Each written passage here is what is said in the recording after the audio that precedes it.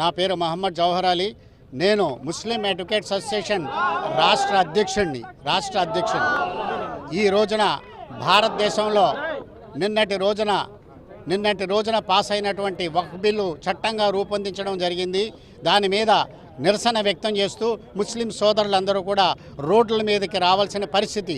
ఇలా చేయాలనే ఉద్దేశంతోనే, కుట్రతోనే ఈ ముస్లిం సమాజాన్ని వేరు చేసి చూపించాలని దురుద్దేశంతో ఈ రకమైనటువంటి బిల్లును తీసుకురావడం జరిగింది. అల్లాహ్ పేరుతో ఇచ్చినటువంటి వక్ఫ్ ఆస్తుల్ని పూర్తిగా కాజేయడానికి, ముస్లింలు లేకుండా చేయడానికి ఏమైనా చెప్తే పార్లమెంట్లో అన్ని చోట్ల ఏం చెప్తున్నారంటే అందరూ దోచుకు తింటున్నారని. ఎలకలు పందికొక్కుల్లాగా తింటుంటే కనబడితే ఇంట్లో ఇల్లు తగలబెట్టేస్తామా?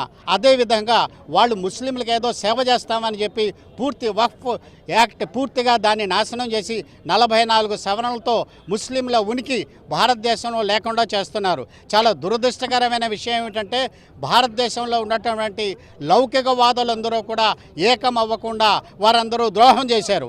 ఖచ్చితంగా తెలుగుదేశం పార్టీ అలాగే జేడీయూ వీళ్ళిద్దరూ కలిసి నితీష్ కుమార్ గారు తప్పకుండా లౌకికవాదులుగా ముస్లింలకు సమాజానికి సహాయం చేస్తారనుకున్నాం, కానీ అలా జరగలేదు. కానీ అభివృద్ధి పేరుతో రాష్ట్ర అభివృద్ధి కోసం ముస్లింలను బలి చేసి వారి సమాధుల మీద అభివృద్ధి కట్టడాలు కట్టాలనే ప్రయత్నాలు జరుగుతున్నాయి. చాలా దురదృష్టకరమైన విషయం.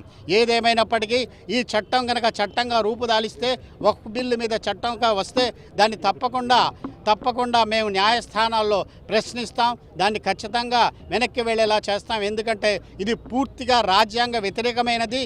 దీనివల్ల ఇది కనుక అమలైతే ఈ దేశంలో శాంతి భద్రతలకు పూర్తిగా విఘాతం కలుగుతుంది, చాలా ప్రమాదకరంగా వస్తుంది, మత సామరస్యం లేకుండా పోతుంది. కాబట్టి ఖచ్చితంగా ప్రతి ఒక్కడు, ఒక ముస్లిం అని కాదు, ప్రతి ఒక్కరు భారతీయుడు అందరూ కూడా ఈ చట్టాన్ని నిరసించవలసిన అవసరం తప్పగా ఉండదని ఈ విషయం తెలియజేస్తున్నాను.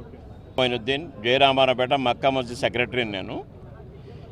ఈ వ్యతిరేక చట్టం గురించి పెద్దలందరూ మాట్లాడారు. ఇప్పుడు వక్ఫ్ బోర్డు వ్యతిరేక చట్టం గురించి ఒక్కసారి ఇండియా గేట్ దగ్గరికి వెళ్ళి అక్కడ అమరుల పేర్లలో ఎంతమంది ముస్లింల పేర్లు ఉన్నాయో ఒక్కసారి చూడమనండి.